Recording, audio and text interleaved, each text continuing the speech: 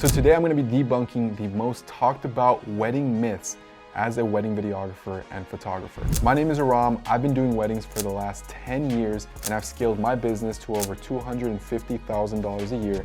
And now I'm on a mission to help students to get to that same level in even quicker time. The first question is, what gear do I need to shoot my very first wedding? A lot of people think you need the biggest, baddest gear, you need the most highest tech, top of the line of that year. I don't believe in that, okay? That's a really big myth. That's something that obviously the Sonys and Canon companies of the world want you to believe so that they get purchases from you. However, I'll tell you what I have done and what I've done through the last 10 years. I upgrade as I go, but my very first wedding, I actually shot that on a Lumix G85, not even a GH5 or a GH4, a Lumix G85. That camera at the time, I bought it refurbished from Best Buy and it only had a kit lens. Okay, now let me explain. That wasn't the only camera I had though, but that was my A cam. I knew that for the first wedding that I was going to shoot, if it was going to be very low ticket, I wasn't going to splurge on gear. Instead, this is what I did. I had that as kind of like my foundation, but I went ahead and rented gear for my first wedding. I rented a B cam and a C cam, a couple tripods, and the audio equipment. All in all, the rentals, I think it came out to be around $350 to $400. Now, think of it this way though. The actual wedding was only paying me, at the time, $500. Again, this is for your first wedding only. For your first wedding, you want to go above and beyond in gear, but not above and beyond in breaking the bank. So this is the best of both worlds, is if you rent everything else that you need to take your portfolio to the next level. Because of those rentals, I was able to get a really good portfolio piece. That portfolio piece landed me the next job, then the next one, and the next one, from word of mouth to then putting it on my website, putting it on my Instagram, learning marketing, and that's what started attracting even more clients that I could charge my real prices of $1,500, $2,500, $3,500, and so on. Now, had I cheaped out completely on my first wedding, I wouldn't have had that portfolio piece and it would have not attracted the right customer and I would have been stuck at that $500 per wedding, $1,000 per wedding mark. But because I invested so heavily in the rentals, I was able to charge a lot more because my product was so much more refined. So another myth that's pretty popular with my students is, I don't want to shoot for free. However, I'm here to debunk that myth. Shooting for free is what allowed me to get here in the first place. If I didn't shoot for free or shadow someone for a while, first of all, I wouldn't have the confidence, I wouldn't have the systems, I wouldn't know what to look for in a wedding. So when I do get a paid wedding, I can absolutely crush it. You need to have reps, more repetitions. That just means you're going to get more skilled in that specific sector. So the way I looked at it is, I'm not really shooting for free. I'm shooting to gain portfolio, gain knowledge, gain skills, and gain more reps. That's only gonna make me a better shooter.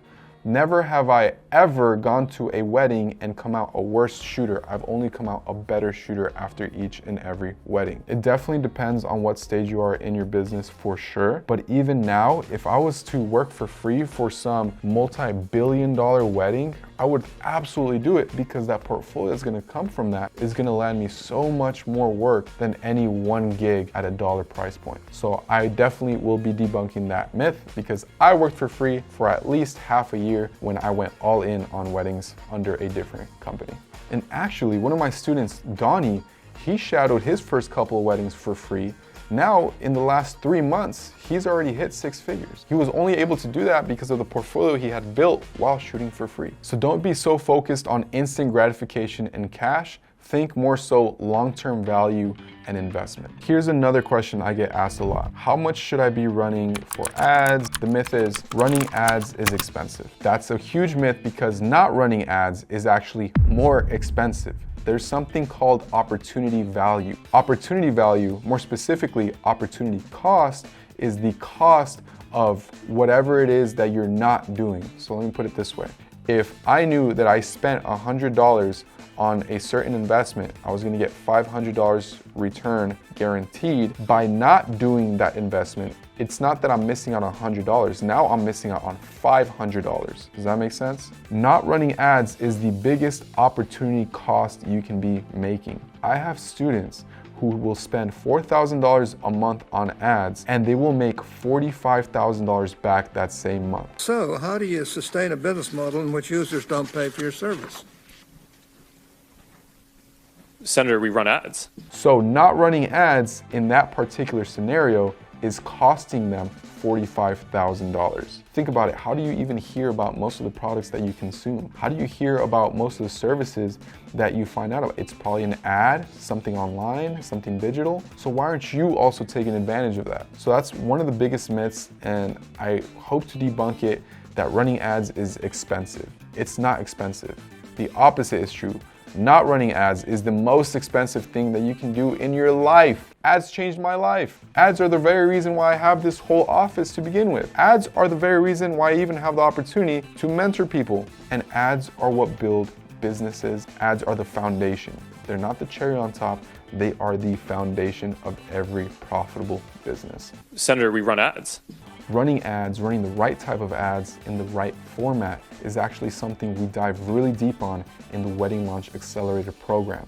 And that is how we've been able to make everybody in the community 10K plus per month in their first 90 days. It's truly something crazy. I need to lower my prices if I'm not booking enough weddings. That is a huge myth, because just price alone may not be the reason why you're losing out on deals. First of all, you probably don't have enough demand, so enough data to collect, right? If you're only meeting with 2 to 3 people per month and they're not booking you, that's completely different than if you have 40 to 50 brides like we do, and then you're booking some and you're not booking the others. That doesn't mean you're too expensive. It just means you don't have enough demand to filter through. So that's why building a funnel, building the ad framework is so important. Now, there is some truth to being too expensive though. Expensive, remember, that is relative to what? It's relative to who you are targeting. If you're offering wedding videography services in the middle of nowhere at a population of 100 people and everybody's household income is less than, let's say, $10,000 a year, you offering wedding services for $5,000, $6,000, $7,000, that's obviously going to be expensive in relation to your area, in relation to who's able to find you. However, $5,000, $6,000, $7,000 in a population where everybody's a millionaire, now you're actually very underpriced. So everything is relative to itself. Do not get caught up in one specific price point is too expensive, one specific price point is too cheap. I've booked weddings for as low as $1,000 when I started out to all the way to $8,000. It really just depends on who you are attracting at the point of time in your business. Make sure your product actually reflects that value as well. I need to offer discounts to close deals. Wrong. It's not about the discounts. It's about the frame of your offer. Let me put it this way. The way that you actually present your offer is much more important than any discount. If you're just discounting everything, your perceived value, first of all, is gonna go down. You want your perceived value to go up. So offering a discount and not anchored in anything is just going to devalue yourself. It's not doing what you think it is. Offering too many discounts is a race to the bottom. You do not want to do that. What you want to do is increase your perceived value in the way that you present your offer. Stick with me. I know this is very, very complicated for a lot of new people that are coming into business, but your offer is your single most important thing for your sales process. What is an offer? Your offer is essentially what is it that you have that's specific to your business, your company, that nobody else has. And we go into that in the Wedding Launch Accelerator program on how to craft your unique offer. These offers allow you to have couples literally dropping their jaws to the floor without any discounts. And they're saying, wow, that's it? When you're dropping price tags of $5,000, $6,000, $7,000, $8,000. Because it's all in the way that you frame your offer. Of course, there is still the truth that your product also needs to match the perceived value. Don't get that wrong. I've booked more weddings in having a strong offer than I have when I was offering coupons. And that's just a fact. That's just the way that sales work. Make sure that you have a very strong offer that speaks to your specific audience. I'm gonna give you a quick tip. If you are selling a roofing service and your offer is, every time that you book a roof with us, you will get a free stuffed animal. Now that's an offer, but it's not a strong offer because it's not relatable to your specific demographic. Now, if you change that offer and you said, whoever books, a roof with us gets a X amount of time warranty, gets X amount of rain guards on top of it if it's in a very winter storm area. So again, speak to your specific demographic, make your offer stronger, and don't just throw discounts around like your life depends on it. So that's all I have for you guys today. Feel free to join the community on School. You can DM us on Instagram or leave a comment below and we'll help you get started. We hope you really enjoyed these top 5 myths and you learned something enough to, have you book another wedding or close another deal, whatever it may be. Yeah, make sure to follow us on Instagram, subscribe on YouTube as we drop more and more content as we continue on this road of helping 1,000 wedding creatives reach 6 figures. I'll see you guys on the next one. Senator, we run ads.